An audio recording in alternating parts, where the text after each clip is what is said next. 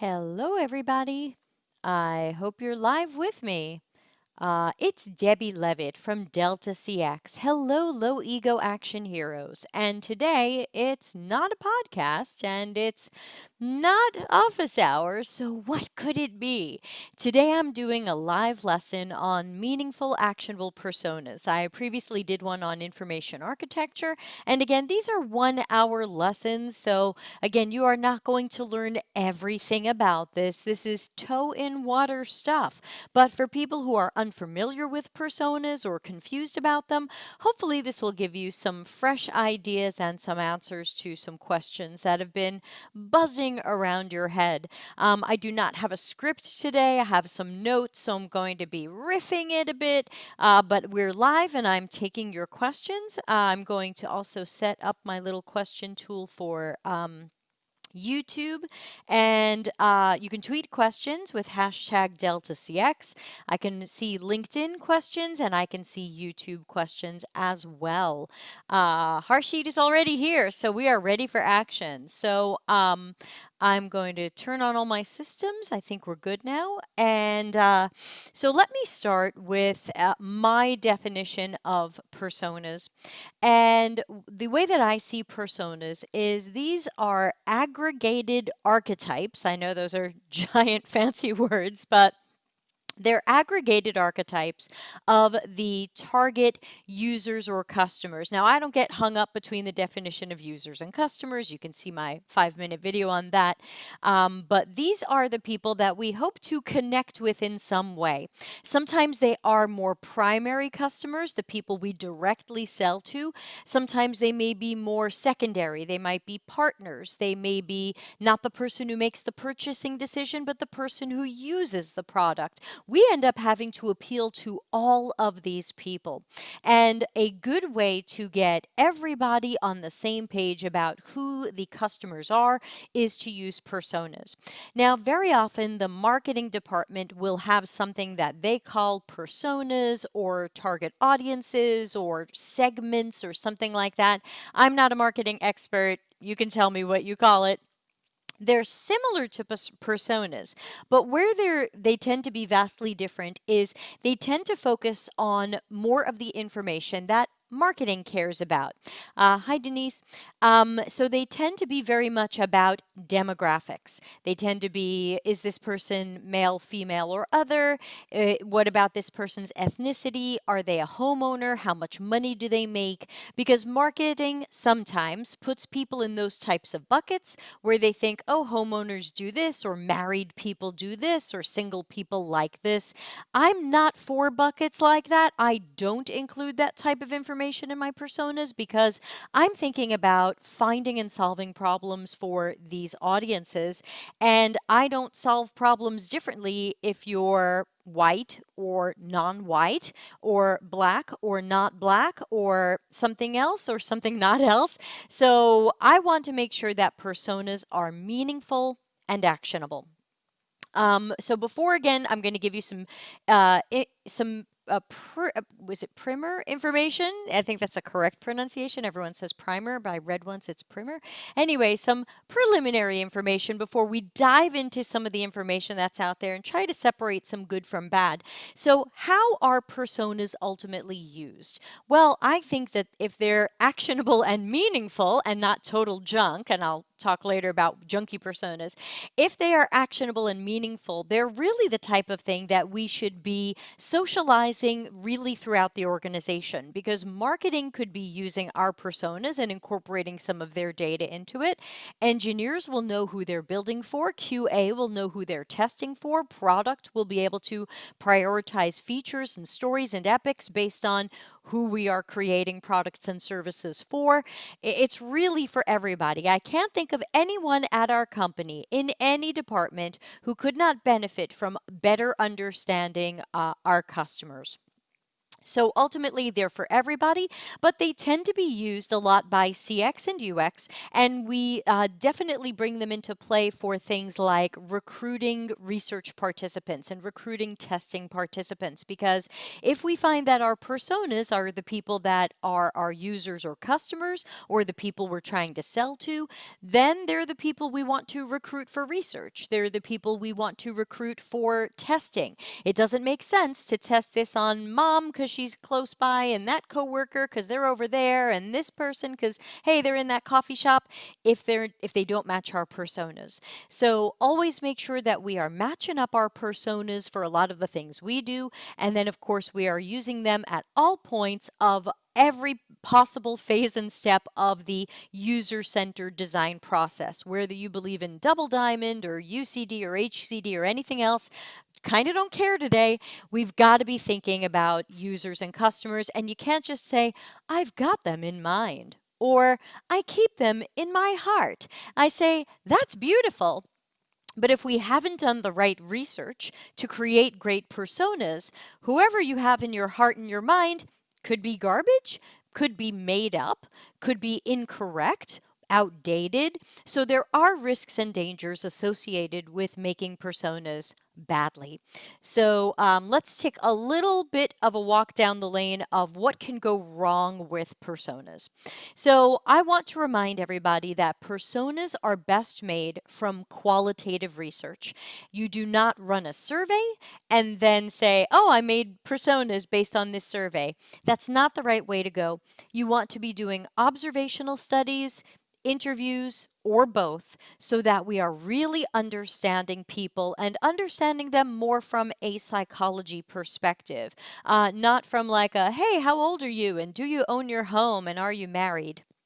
Really to understand people's fears, motivations, habits, preferences, behaviors, goals, tasks, workarounds, things like that. That's going to help us design. So, just looking at my notes, I just want to remind everybody we do not want to create personas from assumptions or guesses. I know there are some techniques out there right now that say, yeah, go ahead, create personas from guesses and assumptions. We'll call them proto personas or provisional personas. And I happen to be against those because I believe that as soon as we're saying to ourselves, hey, let's make some proto personas or provisional personas, we're telling ourselves we haven't done enough of the right research. We don't know. We're guessing. I don't care if it's your hypothesis. I like to say that hypothesis is Greek for I'm guessing. So, we don't make personas out of assumptions and guesses. That is way too risky. I've seen this go wrong at companies. I have seen people make up who their target audience was because they had an idea they wanted to put out there, so they had to retrofit and find the audience that might possibly want this thing. And it's all kinds of cart before horse, as we say. And it was really ugly. And Lee says, isn't that like saying somewhat pregnant? Yeah, well, what can I say?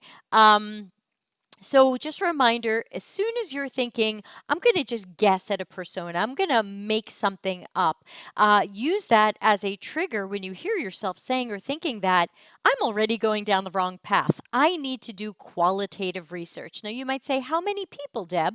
Now, I like to research as many people as I possibly can. I'm never trying to skimp on this or go light on this. I want to meet as many people as possible. I've done projects where I interviewed 30 people to make a set of personas. I've done projects where I interviewed, I think it ended up 12 or 15 to make a set of is putting on that detective hat and figuring out what do they have in common? How do I make persona 1 versus persona 2, which I'll talk about later. We need to talk to a broader group of people and get to know who they really are. So remember, personas are not guessing and assuming. They are definitely not team group exercises. I don't care what design thinking says. I don't care what lean UX says. I don't care what design sprints say. Look up design sprints version 3. Design sprints version 3 say do not have people guessing at personas. Have experts do the correct research before the design sprint and have them make the real journey maps and the real personas before everybody does the design sprint. So I'm against design sprints, but if you're going to do them, at least consider version 3, where you don't have a whole bunch of random people who would never qualify to get a UX job stabbing at UX work. So, though technically that's a design sprint by definition, but at least in design sprints version 3, we are giving the research work to the experts and not treating it as a team sticky note, glue macaroni to a plate exercise, or coloring around your hand and making it a turkey. So let's see, a couple of other notes I have here. Remember, please, that personas end up at the core of so many things. We build customer journey maps for that persona. We are going to recruit for research and testing around that persona. We are going to write in our brand voice for that persona and for other personas. If you make them well and use them right, they end up at the core of so much, which means we cannot skimp on them. I don't care if you think Lean says we should skimp on personas and we'll figure out later if we got them right or not. That's not good UX or CX. That is just a pile of bull being sold to you. That is not the right way to do things. So these are two important, and remember, they're not to be given as fun sticky note projects to people who would not qualify to get our jobs. If they would not qualify to get our jobs, please don't give them our work. No, a persona does not have to be done in a team workshop. No, that's not good for team building. Please see pretty much every previous episode I've done. I think it's in what? Collaboration, decentralization, and democratization, and a couple of other ones. Remember that if these group workshops that people expect from CX and UX were such amazing team building, where are the group and team workshops from all the other domains? Where's the marketing group workshop where we're all going to stab at marketing's next initiatives? Where's the product management team workshop where we all get to sticky note the roadmap and feature prioritization? These things don't exist. And it's only us giving up our power, giving up our autonomy, giving up our ability to make decisions in our own domain by holding all these group workshops. So I'm against group workshops, but even if you like them, and I do like ideation workshops without people sketching, and without some of the other things, but not the design thinking ideation. Even if you like workshops, do not make important qualitative research-based deliverables in a group setting. You just don't need to do that. Remember, when the archaeologist finds the artifact, they do not ask everyone they meet on the street what they think it is. They ask the experts. It's okay for this to be done by experts. Let's take a look at some of my other notes. So, remember, if you teach everybody that things like this can be done in a fun room with sticky notes, why do they have to hire you? Because why can't the product manager get together with marketing and some engineers and stab at a persona? Why they need you? So be careful of accidentally making your own job go extinct because of these team workshops. So we must move away from them. So again, no proto-personas, no provisional personas, no guessing, no stabbing, no pin the tail on the persona. And again, I know there are some methods out there that say guess at personas and validate them later. Remember, the problem with that is that many of us, pretty much all of us, have natural cognitive biases that we have to really look out for and watch ourselves. And it gets even harder. It's hard enough when we start with nothing. We go, I have nothing. I'm going to go meet people and I'm going to make personas. I got nothing. It's much harder when you start forming hypotheses, when you start sketching personas, when you've socialized those. Now you, consciously or unconsciously, might want to prove yourself right. And you might do that on purpose. You might do that by accident. You really can do that by accident. And you might have the best of intentions going in, but I see so many portfolios where people with good intentions magically try to show that whatever they were doing was was right. So be careful of coming up with something and then validating it later, since that can end up junk science. Be careful. Ooh, the lights are going on. And please remember, if you like NNG, Nielsen Norman Group, they've got an entire article on why we should never work from guesses and assumptions. That is like Plan Z. You would have to have everything going wrong in your job, at your job, on your team, in your project to have to be doing guessing and assuming. So you can look up that article because we don't have to guess. We can do research. Many of my persona projects took me weeks. 1 week, 2 weeks, 3 weeks. These were not months. These were not zillions of dollars. So we don't want to make it seem to our companies like if we want to do a great set of personas, it's going to take forever. I know the Lean UX book likes to make it sound like, and of course this is just negative framing, they like to make it sound like, oh, if you do personas, it's just going to take so long and be so expensive. And it's like, wow, that's actually just a giant lie. So that's not the case at all. So remember, do not guess and do not use methodologies that love guessing, because then you're, in my opinion, you're not doing CX or UX. Let's see. I also want to remind people, do not build personas based around stereotypes. We wouldn't have done this before 2020, but I'm really hoping that in the year 2020, excuse me, my dog is all excited. Olivia, do you want to sit with me? Come here. I'm really hoping in the year 2020 we can really get away from some of these stereotypes and assuming, well, women do this and men like this and these people are like this. And I've seen people like I said, I had a project at an agency a long time ago. They had a terrible idea for what their product and service was going to be, and they had to fake invent a target audience for it. And they came up with, and this is quite unfortunate, and I hope you'll forgive me, I'm just the messenger here. They decided, well, their product must be for promiscuous gay men who are too embarrassed to go to their doctor. And this was in San Francisco, and I was like, not sure that's a thing. So it's totally made up.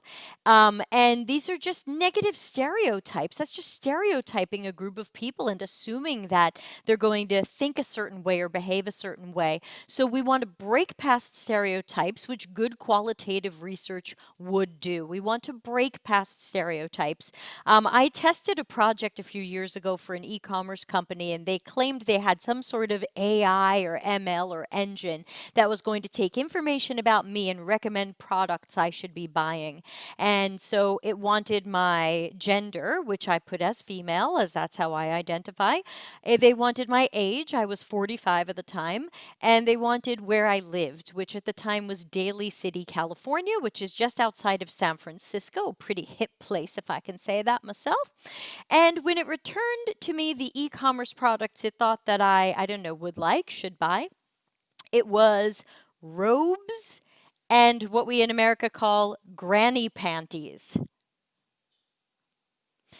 I was pretty mad. I thought that was some pretty lazy stereotyping, that because I was 45 and female, that's what I must want or wear. And so we have to be careful in our, even in our personas, and certainly later on in our products and services, that we are not falling into stereotypes around anything about anybody.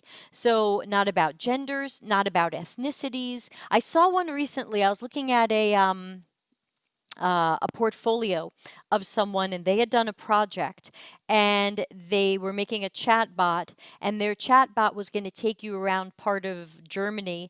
And they said, well, because when people think of Bavaria, they think of an old, fat, balding guy drinking a beer. So that's what we made our chat bot drawing look like. And I was like, no, that's a horrible playing into stereotypes. Why would you do that?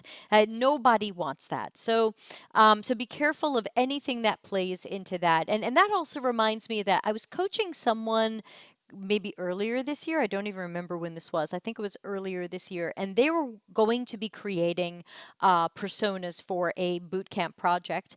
And I asked them to start working on their research plan. They sent me their research plan, and it needed some help. But what they had at the end of their research plan was like blank personas ready to go. And one was a man and one was a woman. and they had pictures and they had names. And I was like, you haven't even researched yet. How do you know? And I found that a lot of boot camps are telling people make sure you have one man persona and one woman persona, as if men and women always do completely different things and need different things and think different ways. It's not, this isn't the Oprah show. So we have to get away from some of this lazy stereotyping. You can certainly use a persona template, but let's please have a blank one and not one pre-filled out with a man and a woman. Larry says they truly missed their biggest opportunity. Here, I'll put this up on the screen. A really good AI engine would have recommended waterproof slippers to wear while you wash the dishes in your granny panties. Oh, Larry, so bad. Yeah, right. I'm 45. I must have grandchildren. I mean, I get this. I talk about in my marketing presentation, I talk about how my bank sends me emails about how my children are going to college this year. And I'm thinking, I got 5 dogs under the age of 5. You would think my bank would have noticed by now that I don't have kids, but lazy buckets of stereotypes. So let's talk a little bit more about personas, because another way that you'll see personas brought up, especially in design thinking circles, which you know I'm not a part of, is you will hear use personas to create empathy. And I just want to speak to that for a minute. And I want to remind you, if people aren't crying after reading your persona, how do you know if you've created empathy? Remember, empathy means feeling with other people. It's been watered down by people who couldn't feel with other people to mean thinking of customers, having your user in mind. That's technically not empathy. It's probably sympathy, if that. But empathy is becoming a meaningless buzzword. Hey, Oz is here. Good to see Oz. Empathy is becoming a meaningless buzzword, and so think one, stop saying it. But remember, let's see, we've got some notes here. The purpose of a persona is not to create empathy, because we're not going to create empathy from people. If you think we can create empathy, then I want you to please go fix racism, because I believe racism can be fixed with empathy. So, we can't create empathy. We can't make people have more empathy than they have. So please, let's not say that we're creating personas to create empathy, because how do we know if we've successfully created empathy or not? This ends up being exactly something we can't really measure. So remember that the key purpose of personas is to get everybody on the same page about who our key target audiences, customers, users, partners might be. Let's see. Lee says, when did that definition come out? I was told personas reflected the customer current and potential. What did I say that made it not sound like that? I do believe personas reflect customers and users' current potential, as well as partners and other people that a company might want to connect with. Tom says, what's your thoughts on including demographic data in personas that has various international target markets, for example, international education? So as I said earlier, I am not for including demographic information unless it's going to change something in your UX process. If you do not do information architecture differently for people with certain levels of education, then why is that educational information in there? Same for other things that I see thrown into personas. I don't put Myers-Briggs into personas because I don't know how to design differently for INFJ than something else. I don't put how friendly people are. I'm seeing this from a lot of boot camps right now. There's like a bar graph of how friendly someone is. I don't design differently for how friendly or unfriendly you are. Lee says, oh, there you go. That's what I was told. Okay, well, that's what I'm saying. Sorry if I said something before that sounded different. So remember that there's a lot of things I don't put on personas, and I don't put on personas anything I believe isn't actionable. If I don't design differently, architect differently, interview differently, test differently because you're a homeowner versus a renter, then it doesn't need to be there. Now, if I work at an insurance company and we do renters and homeowners insurance, maybe that information goes on there because we need to design certain things for renters and we need to design certain things for homeowners. That to me at that point isn't demographic. That's important to our domain. So anything that is not important to the domain that ends up being a bit demographic or ends up just being a bit squishy, like Myers-Briggs or how friendly you are. I also see how outgoing you are. I'm not too sure how to architect for that. Just to get a few comments on the screen, Larry says, right, demographics like someone drives a minivan will have no bearing on how they decide which refrigerator to buy. So true. This is why Larry is one of my idols on this world. He always know how to say it. And Lee says, Lee's got a good question, which kind of answers itself, which is, if personas are now being taught to go for empathy, how do we know we have the right persona? Yeah, so I'll get into that a little bit more later. Let me just get through some of my notes, and then I will refocus on some other things I want to show you about it. Now, very often I hear from people, Deb, if we're creating personas, how do we even know who to interview? Normally we say who are our personas, let's match them up in our recruiting efforts. But if I don't have the personas yet, who do I meet? And I say normally a great place to start would be with product and marketing. Those people usually have some idea of who they think the target audiences are. And you just want to interview a broad group of them and lots of those people. Normally, I don't know the exact recommendation, but I think it's normally 8 to 12 people of each type or group. So for example, if your company knows, we've got power users, we've got kind of average users, and we've got these not very savvy users. Great. Go find 8 to 12 of each. Learn more about them. Maybe your personas will end up broken down that way. Maybe you find other patterns and you break down your personas some other way. Because remember, you don't break down personas by man, woman, skin color, religion. That's maybe marketing does that. We don't do that. Hey, Sabrina's here. Good to see you, Sabrina. She says, what are your thoughts on building personas with a subject matter expert? I'm a UX designer role with some research skills, but I don't have the bandwidth to research and understand entirely myself. Right. And I've gotten to know Sabrina a little bit, so I know that she's stuck on an island a little bit. And so I will talk a little bit later. Again, we've got another half hour to the broadcast. I'll talk a little bit later about some things I've done when I haven't been able to talk to customers directly, which of course is not the right way to go. I had to do extreme plan B in case of emergency, break glass, but I know that's true for some of our jobs, and I'll show you what I did. And it's not necessarily subject matter expert, but just for fun, Sabrina, tell me, who is your subject matter expert? Like, what role do they have at the company? So I'm very curious. And remember that sometimes people will start doing research with people and they will think, oh, it doesn't sound like this person really wants our product, so I'm just going to throw that one out. I wouldn't necessarily throw that one out. I would still talk to those people and learn what they do want. Again, not by asking them, what do you want? We have to be sneakier than that. But learn more about their needs, their habits, their behaviors, their workarounds, and their tasks. Maybe there's something our company can offer them. Maybe there's an opportunity there. Maybe they're a future audience, and maybe there's nothing we can do. But I've seen some people say, well, they don't fit into what I expected, so I'm throwing them out. That's not good research. Let's include everybody and see what we end up with at the end. I rarely throw people out of research because there's something to learn from everybody. The time that I interviewed 30 people, I threw one out because he could not stay focused on the conversation. And we realized we had grown up in the same town, though we're not the same age. And he kept saying things like, I bet I smoked pot with your grandmother. And of course, this was being recorded and given to the company that he worked for.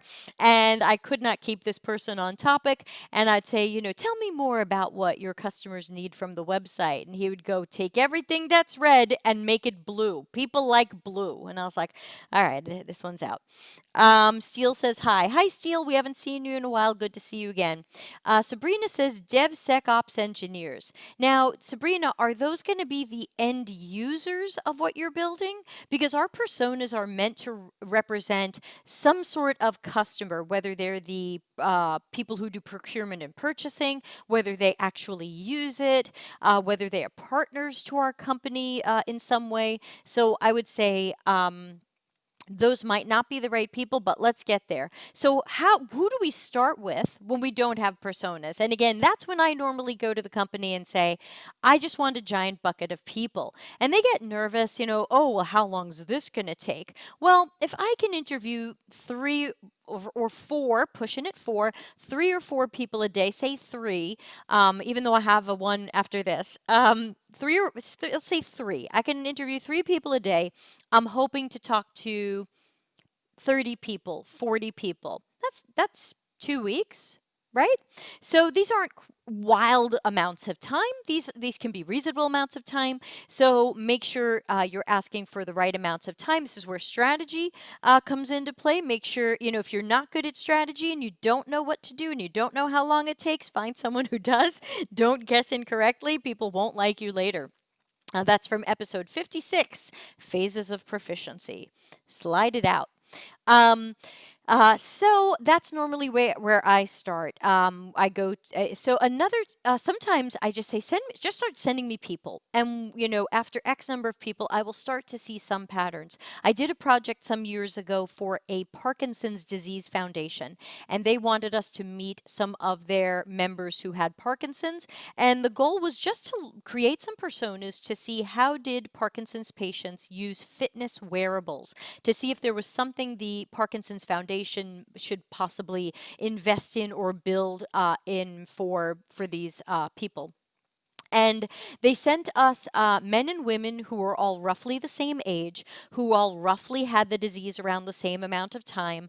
And me and a partner interviewed them, and we ended up with 3 personas. And it ended up, and I find this is sometimes the case, but not always. So don't fall back on this as an automatic. Keep looking. But sometimes the patterns I notice are levels of effort.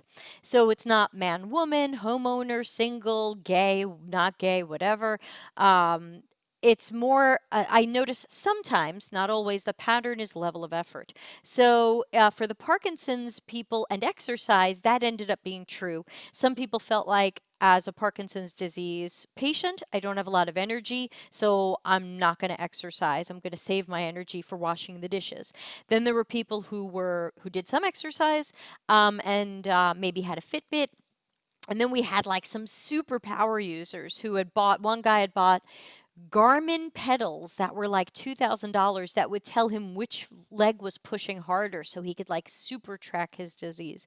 And so we were able to make personas in that way from speaking to these people, but we just started with a bucket of people who had all agreed to be interviewed and had shared many of the same characteristics. And the more we talked to them, the more we noticed, oh, hey, wait a minute. Some of these people hate doing this, love doing this, don't love it, do it anyway, whatever. And so that's how we ended up making our personas. Got some questions coming in. Ralitza says, hey, Debbie, what if it's just you and you're not working for an organization or have a marketing product person to work with for that list? So you might just have to start interviewing who you think are potentially target users. You could create a screener survey. I'm coaching somebody right now who is imagining making a to-do list app of some sort. And so he's trying to interview people and he's trying to find people who make lists with apps or might use apps. And the first, I think he interviewed 7 or 8 people, and most of them made lists on paper, or some of them, not all of them. Some made lists on paper, and then he's like, okay, what do you do if it seems like people don't want the app? I go, yeah, you either have to build the thing that this audience wants, or you have to go find another audience. So I think if you're doing a sample project or a passion project, you have to kind of decide what is this real or fake thing about. And that way you can pick people.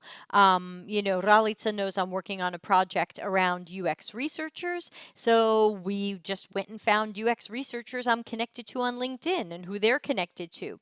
Totally random people from around the world, had them fill out a screener survey, now narrowing it down, and eventually we'll make personas. I'm also working on a big e-commerce project right now. That we're not making personas out of that, but we still found kind of pseudo personas. And again, some of that was based on how much effort these people put into researching aspects of the things that they sell. Um, so that's a little bit about where I tend to start when we don't already have personas, because sometimes you're building personas because there aren't personas. And if your company or project or team has personas, take a good look at them. Sometimes they are outdated. Personas can expire.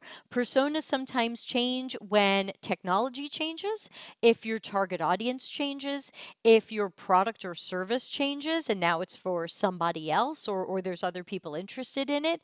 For example, in a down economy, the target audience for luxury cars might be changing.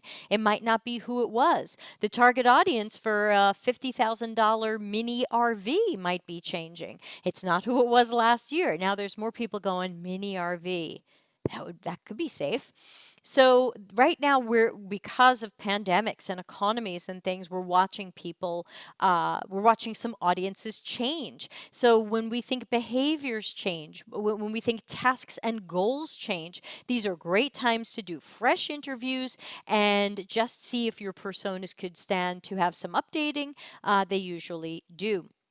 Tom says, do you ever include analytics and data as a starting point to inform the types of people to interview?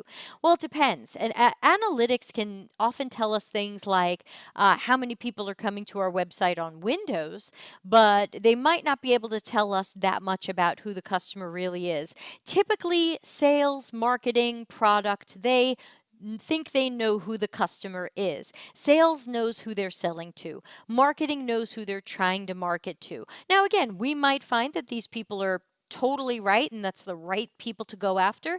We might find that they're not totally right and that based on our research, we're missing a key audience or we're selling the wrong thing to the wrong people. But I would start with those people, and there's not a lot that I can do with Google Analytics or website data or survey data to pick who to interview. I'm normally going to pick a group of people and probably send them a screener survey to see if they fit some of the things that we are looking for. Or in the cases of some of the projects I've done, I ask my client, like the Parkinson's Foundation, send me 15 people to talk to. And they went into a survey they had previously sent to learn about their members. And the survey had ended with, can we contact you if we ever want to do more research? And they pulled the people who said yes, and they sent them to me. And we got a bunch of them. So again, keep the questions coming as we go. And another thing that I want to do is flip my screen to some things that I have seen done that I want to talk about. But first, I think let me show you a set of personas I made a few years ago. So they're probably not exactly the same thing that I would do now. Now I do want to bring more tasks and task analysis into my personas, but I made these 4 or 5 years ago, so I wasn't doing that at the time.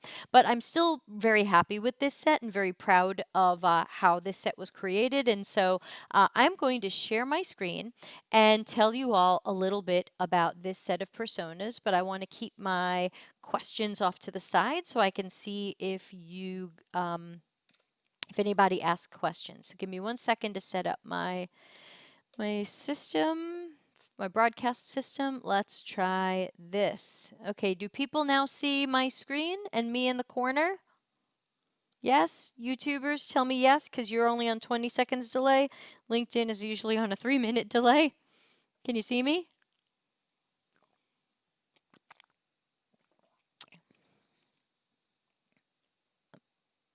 Oh, delays.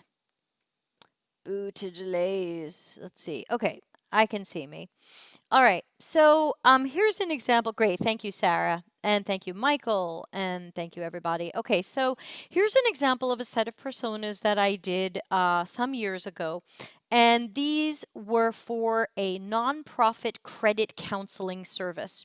So it was a look at not only who are the users and customers of the credit counseling service, but in this case, also some potential partners, because we were doing a huge website redo project, like a 6-month website redo project. And we wanted to make sure that the website was really going to speak to and connect with all the people who could possibly be doing some sort of business or connect in some way to this credit counseling nonprofit. So and again, these have iStock watermarks on them because the client was supposed to pay for the photos and they never did. So I left the watermarks on because I'm not a thief. So remember, pay for your stock photos. Notice that we've got a name. This is Hopeful Helen, and I've got a picture for her, and I pulled it off iStock, so this is not a real picture. I've seen some mistakes where people have taken real pictures of people they've interviewed or people in their family. Go find a stock photo that matches the person. And notice I don't really have anything on here demographically about her other than she happens to be female and she's in her 50s, but her story could be true for a man. Her story could be true for someone in their 40s and their 60s. So in many of my personas, the gender and the age are usually not important. I usually also include a quote of the types of things that this person has said based on the interviews that we've done. So again, because this was someone who needed credit counseling, Helen's story is one of kind of accidentally slipping into more and more debt, kind of snowballing and it getting out of control despite her best intentions.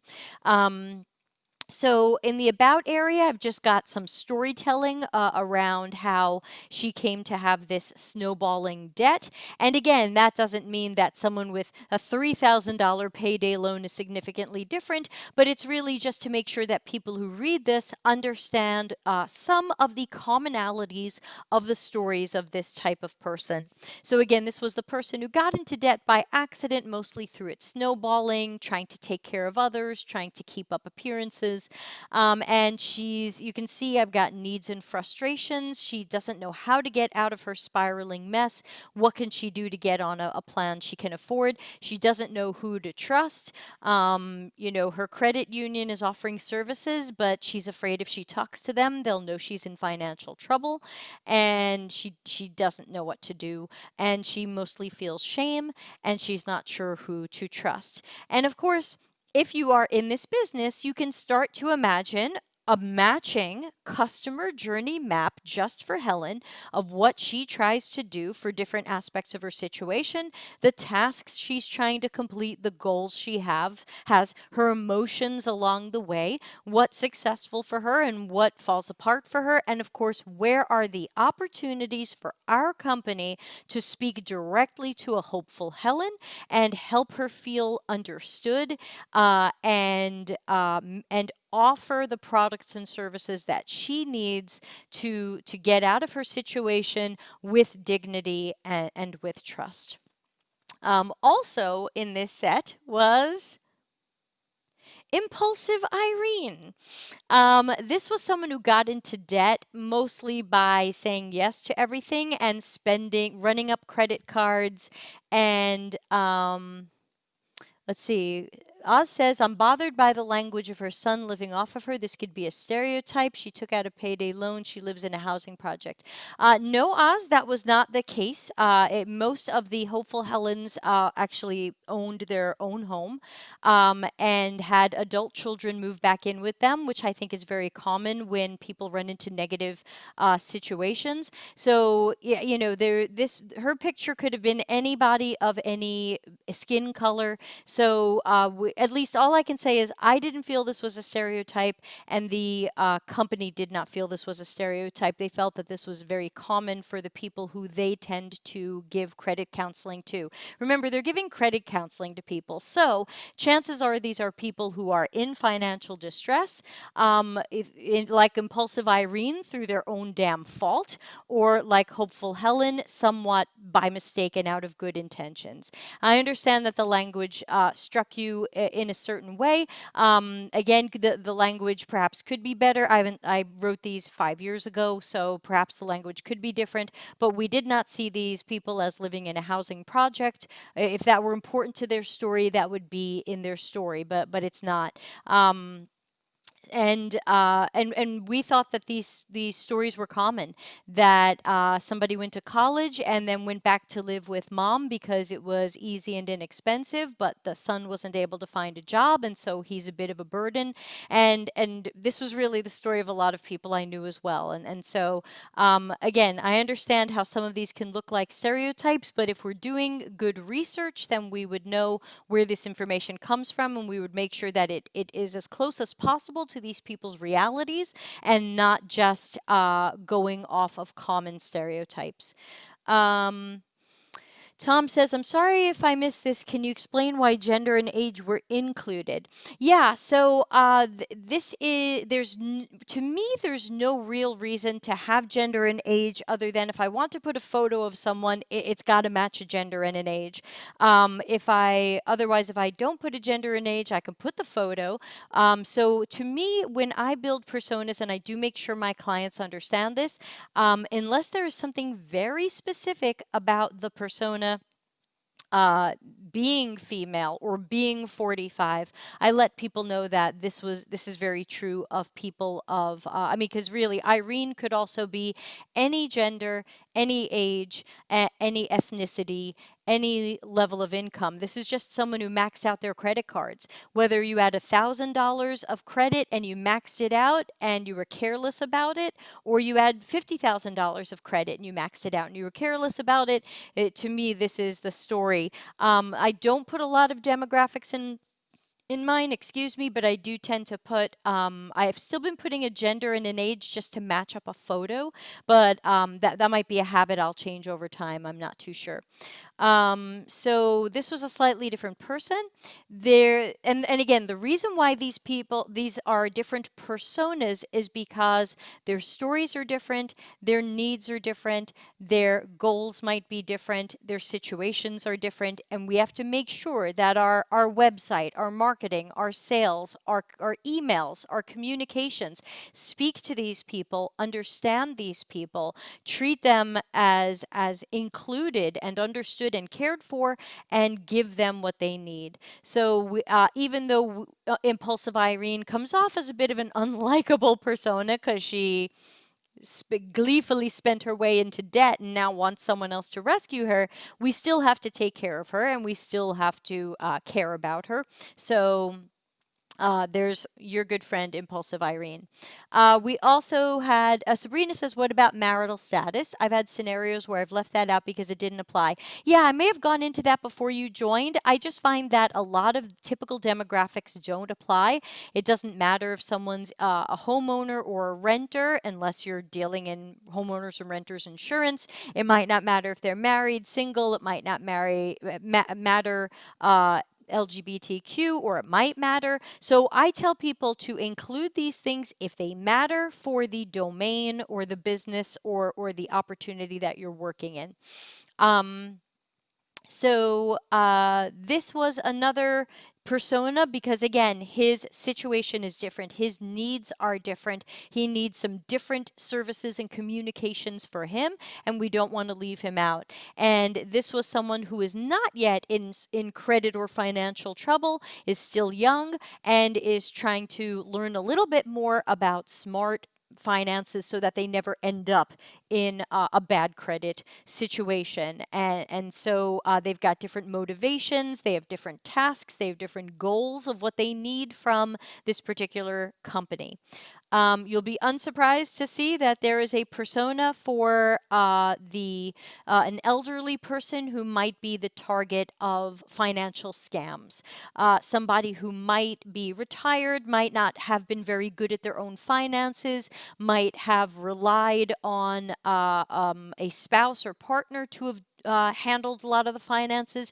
That person might be gone, leaving them a little bit confused and unsure about all the strange calls and materials that they get. And so this person has a different situation. We kind of need to educate them and save them from potential mistakes. Whether their credit or debt is in a good place or their credit and debt is in a bad place is not important to this persona. This persona is more about the potential risk of scams that they might fall to without having someone they feel comfortable turning to for advice. So hypothetically, the website would have to speak to them, might possibly have to speak to their child, who might be adult child, who might be helping them. Or could just be them. I found more and more seniors are searching the web for their own issues. We also had partners here. So we had the credit union because this nonprofit counseling service did partner with other companies. The credit union partnered with, what was it? The nonprofit counseling service partnered with banks and credit unions. When the credit unions would notice people were missing payments or having trouble, instead of just attacking these people, they would try to find them help by sending them to the credit counseling service. The credit counseling service was completely free, so this was something that people could take advantage of without having to pay for it, and this would hypothetically be a win-win-win situation. The counseling service gets to help someone, the credit union sees a customer start to get back on their feet, and the struggling customer can improve. So that means there had to be things in the website, in the products, in the services, in the relationships, maybe in the service design that would speak to the credit union as a potential partner. And because this was a nonprofit, we also had a persona for a donor. The nonprofit did not charge people to help them with their credit, and so they would take donations. And very often, banks and other community organizations would make donations to the credit counseling service, partially to create good for the community and give people help, sometimes for the publicity and PR, sometimes for a combination. And so here's a persona who represents a foundation that's going to give to the credit counseling service. So again, this person is there so that we remember that there are things in our marketing, in our social media, on our website, in our partnerships, in our service design that we have to do to connect with this person and make sure that they want to make a donation. I mean, that's if any of you, I haven't worked in it, but I know people who work in nonprofits. It's an constant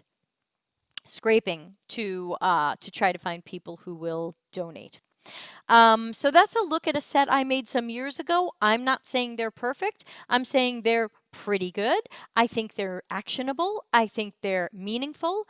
I think they are a good representation of who this company worked with. This is normally a set of personas is 6 or fewer. If you find that you are making a zillion personas, you either haven't kind of aggregated and narrowed them down well enough, or you might just need separate sets. Sometimes people might say, oh man, we have totally different donors who come from totally different worlds. We really need different personas.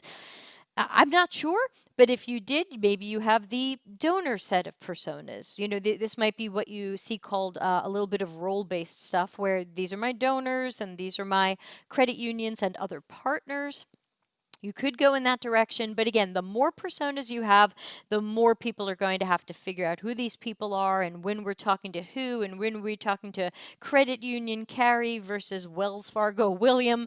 So, you don't make more personas. This is not a more is better. This is streamlining this is better where possible, though again, sometimes people end up with more than 6 and you just have to decide do they belong in sets. So that's a little something I wanted to talk about. I also wanted to talk about, I was sent by anonymous person, this typical persona template. So you can see I've got kind of a Larry says, let's put it up on the screen. I think it came up. Larry says, can you talk about overly generic personas used for many tasks versus specific task-oriented personas? I would have to say I don't want to get too generic with my personas. I do try to focus in usually on habits, needs, motivations, frustrations, and needs could also be goals. And I'm trying to shift more towards tasks. So maybe, Larry, can you say something about generic personas versus task-oriented personas? Because I think we should shift towards tasks. We only have a few more minutes left, and I do have a call after this, so I apologize I can't go too long today. Remember, this is the short version of personas. There's more to learn. This came from Interaction Design Foundation, and this was something that they had recommended. And there's things I like and don't like about this. Of course, they say put a photo here, give it a name, give it an age or age range.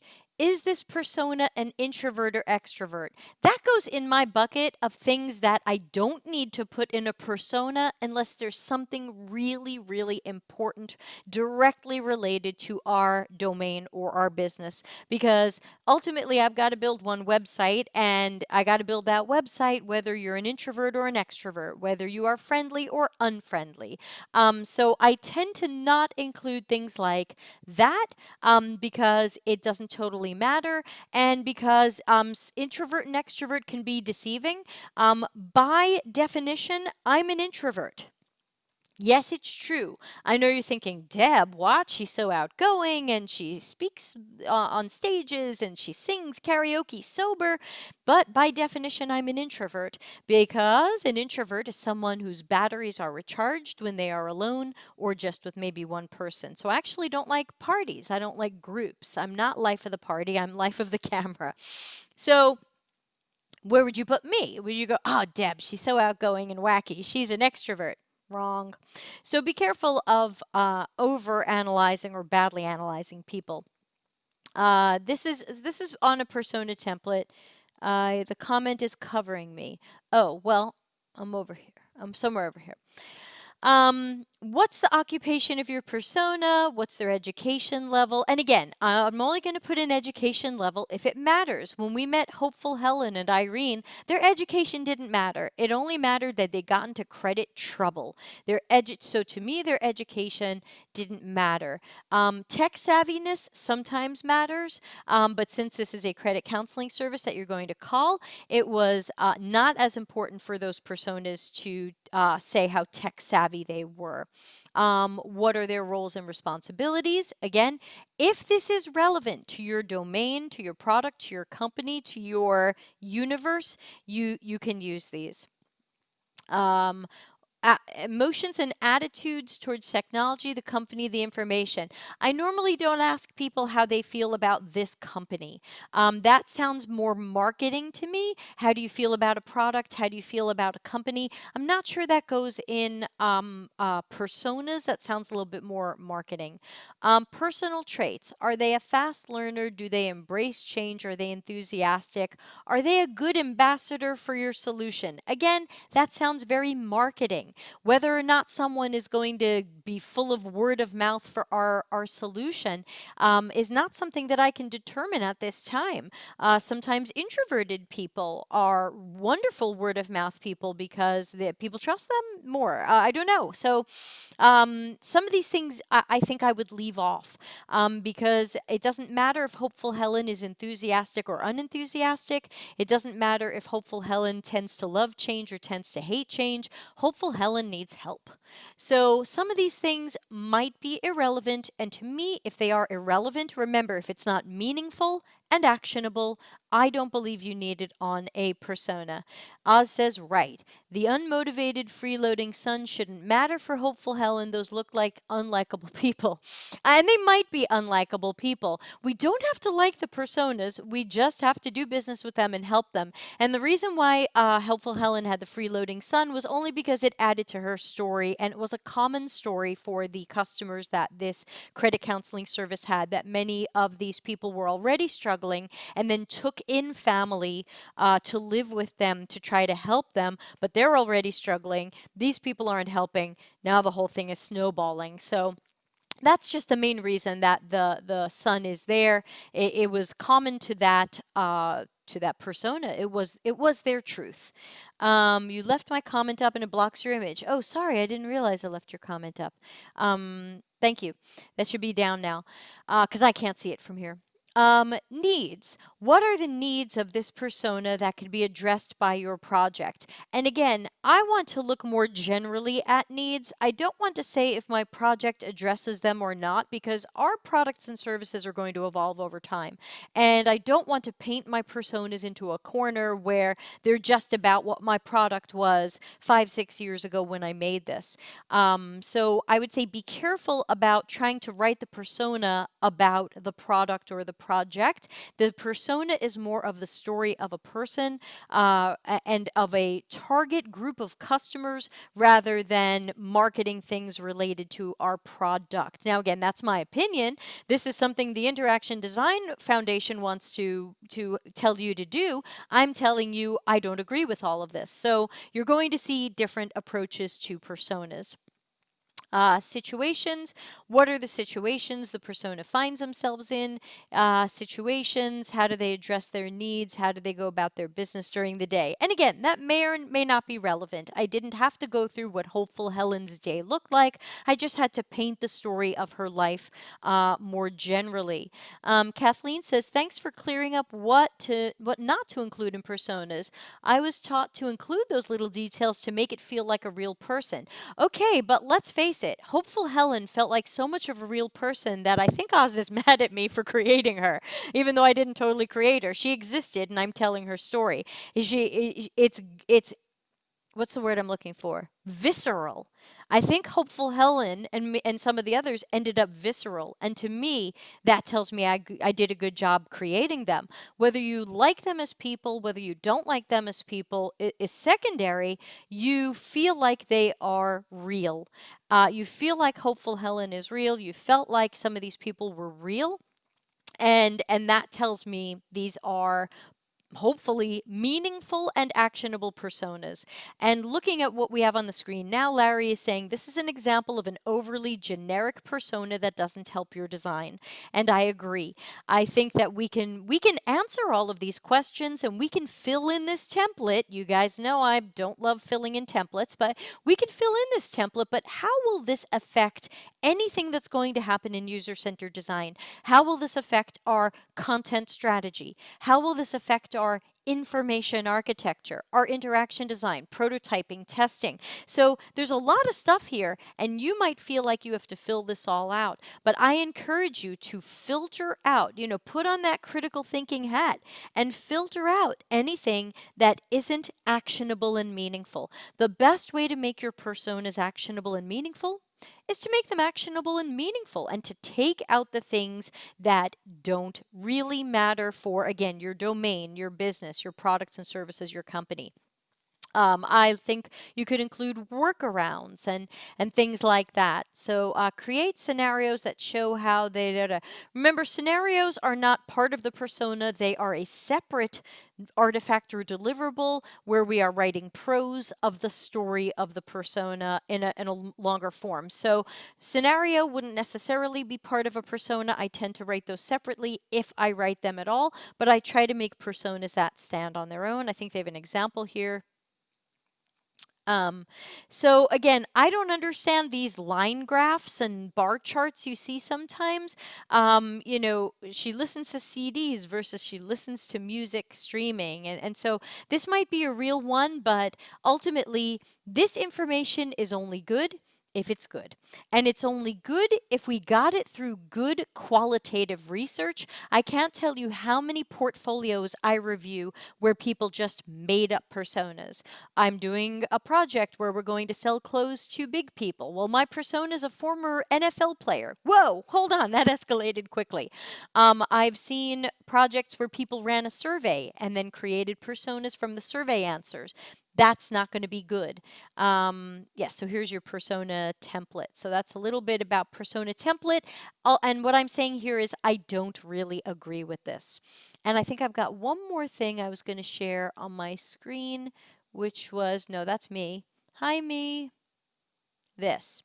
So this is also from Interaction Design Foundation. They're saying 4 different perspectives on personas.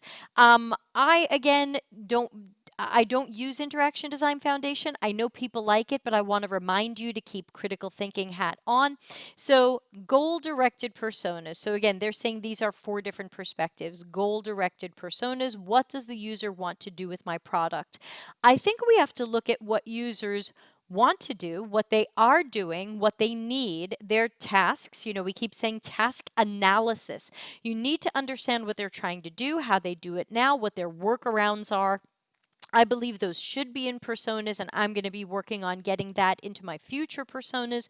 I don't believe it has to be what they want with my product, because that tends to put you in the box of what the product is now and what people could do with it. And I think that's not the right box. So I do like the idea of considering people's goals and tasks, but I don't necessarily want to relate it to what we have now, because what we have is going to change. So I don't totally agree. Role-based personas can make sense. The idea is that people might be in different jobs or roles and roles in an organization. And so we might need different personas based on different roles, the way we saw the donor role and the credit union role versus the customer role. So I think considering role-based personas can make sense in that these people might have different needs, habits, motivations, behaviors, tasks, goals, fears, etc. This says engaging personas. I'm not sure when you would make non-engaging personas. The whole point of the personas is to bring to life who the target audience is, an audience is, so that they're not just bullet points on a page. Because we can always write bullet points on a page, but I think we can do better than that. So I don't know when you would make them not engaging. I like to make mine as realistic as possible, and if you had a visceral reaction to their stories, then I succeeded. And of course, this last one on the page I find to be garbage, which is fictional personas. And they're saying that you can make personas not based on user research, but based on the experience of the UX design team, which of course means guessing, assuming, and what? Pulling from projects you did before? Again, this is like Plan Z. I'm only going to do that if I don't have enough information from this project to pull from this. I should be doing research now to know about these people. It doesn't matter what I knew about on some other project for some other company who might have different products, services, different customers. So this to me is just another flavor of guessing, and therefore I'm not for it. Now, that being said, I am pretty much out of time. And so obviously we could not go into everything that I wanted to say about personas. I cannot say, hey, this is how you make personas. Just step 1, fill out a template, step 2, you're done. So let's remember, you can't just fill in a template. That's a mistake I see so many bootcamp and other self-taught students making. They see these templates from IDF or other places, and they say, oh, I just have to fill these out. And some of it I'll learn in research, and some of it I'll make up. And I say, stop making stuff up. This is too important. And if you teach our coworkers that this can be made up, why do they need you? They can make it up for free. By the way, won't you please usability test the subscribe button on YouTube and subscribe to the Delta CX YouTube channel, and please empathize with the like button. You can use that. empathy there. Press like so YouTube will know that you like this stuff and you want it shown to other people who might have similar interests. And of course, you can also join the Slack channel. It is free, and we have almost 300 people there now. It's still a little quiet, but I'm there answering questions personally, so you have direct connections with me. I'm happy to help out. So again, I know this wasn't step by step of exactly how to make a persona, but I see so much bad information out there. Everybody who ever went to a boot camp or took the IDF course all of a sudden seems to turn around and start tweeting and Medium articling and YouTubing about how to make a persona. Meanwhile, they've never really made one at a real job. So before you go and believe these other people on how to make personas, look them up on LinkedIn. If they haven't been working in UX at least 5 years, and I mean specifically in UX, it may not be a good source of information. Lee says, thanks. Thanks to you, Lee. So I'm happy to take a few more questions before I wind down, but then I do have an important phone call in about 20 minutes, and so I'm going to have to go. But ask some personas questions, and I'll do what I can before I have to sneak away to my next appointment, which is why I'm switching to chloroseptic. Woo! British version, y'all. Not sponsored. Could be. Not sponsored. And of course, just a reminder for those of you who don't know me, Delta CX is my full service CX and UX agency. We do all kinds of CX and UX projects for companies, consulting, helping them understand UX, helping them hire for CX and UX, build departments, strategize, operations, all that stuff. So obviously, if there's anything my team or I can do, let me know.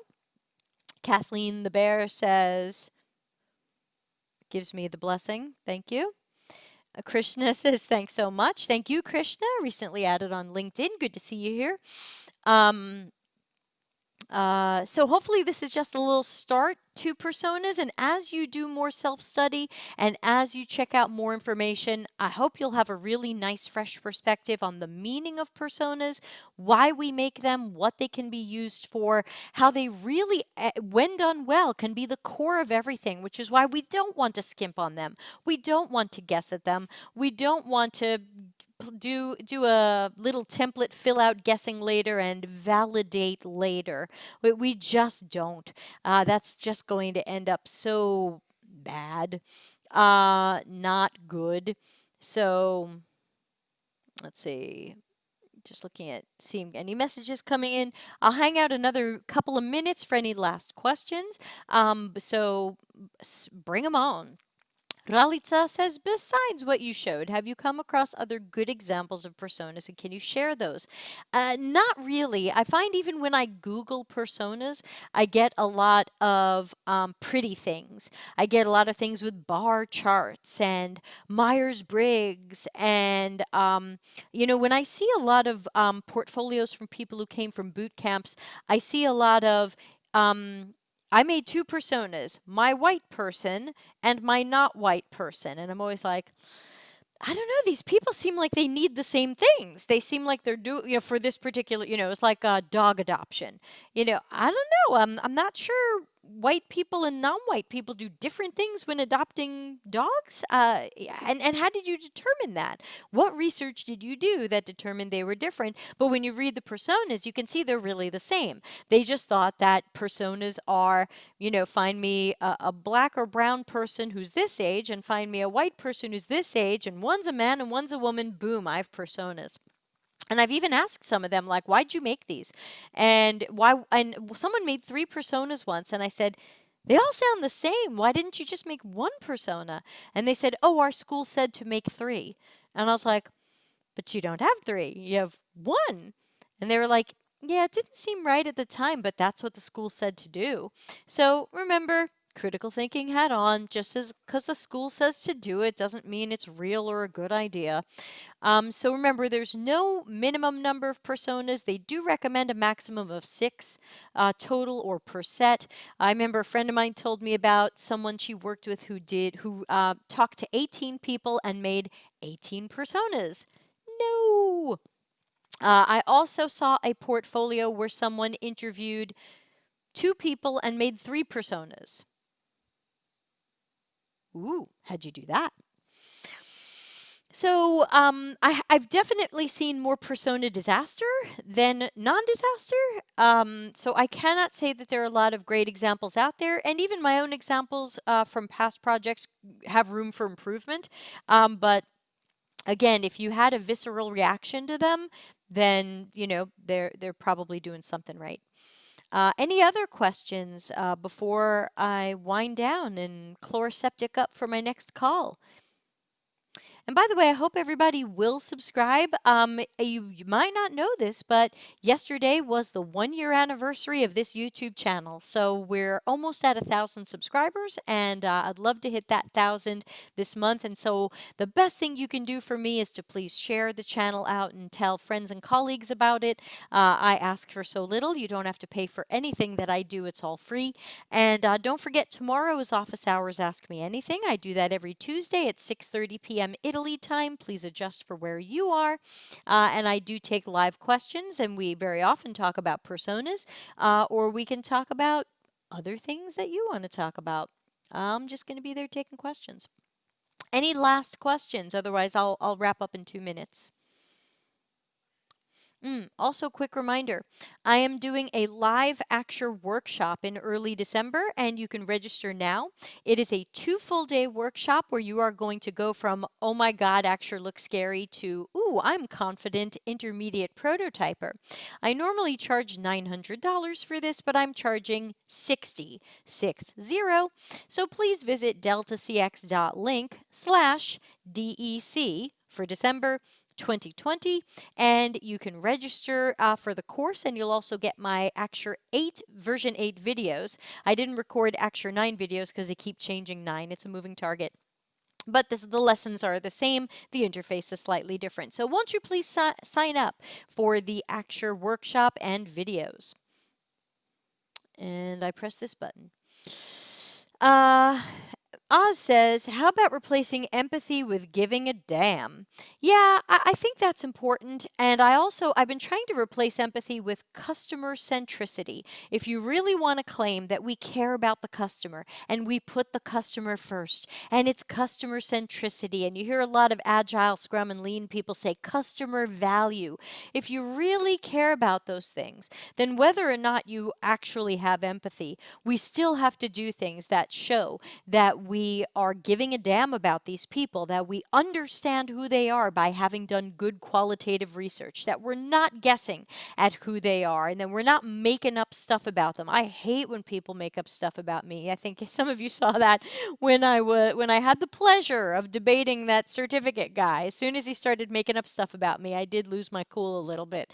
I really hate that. You don't like it, I don't like it, why are we doing it to our customers? So I think we can replace empathy with customer centricity and customer value, because empathy is a feeling and an emotion. Not everybody has those feelings and emotions, but we can all be customer centric and create customer value if we care about quality. If we don't care about quality and we just want to rush crap out, then fine. Don't say empathy and don't say customer value, because we can tell from our products, our apps, our websites, we can tell who cared about the customer and who didn't. And right now, almost none of y'all cared about the customer. So we need to start incorporating the customer's realities, needs, tasks, goals into this process. I think we can wind down. I think that's everybody. Whew. Thanks, everybody, for playing along with that, especially since I had no script and I was winging it. I appreciate everybody for hanging out. And on that note, I'm going to play us out of here, and I will see everybody tomorrow at Office Hours Ask Me Anything. Be well. Thanks for watching. Delta CX is available for consulting and projects related to CX and UX strategy, leadership, training, problem finding, problem solving, and innovation. Learn more at deltacx.com.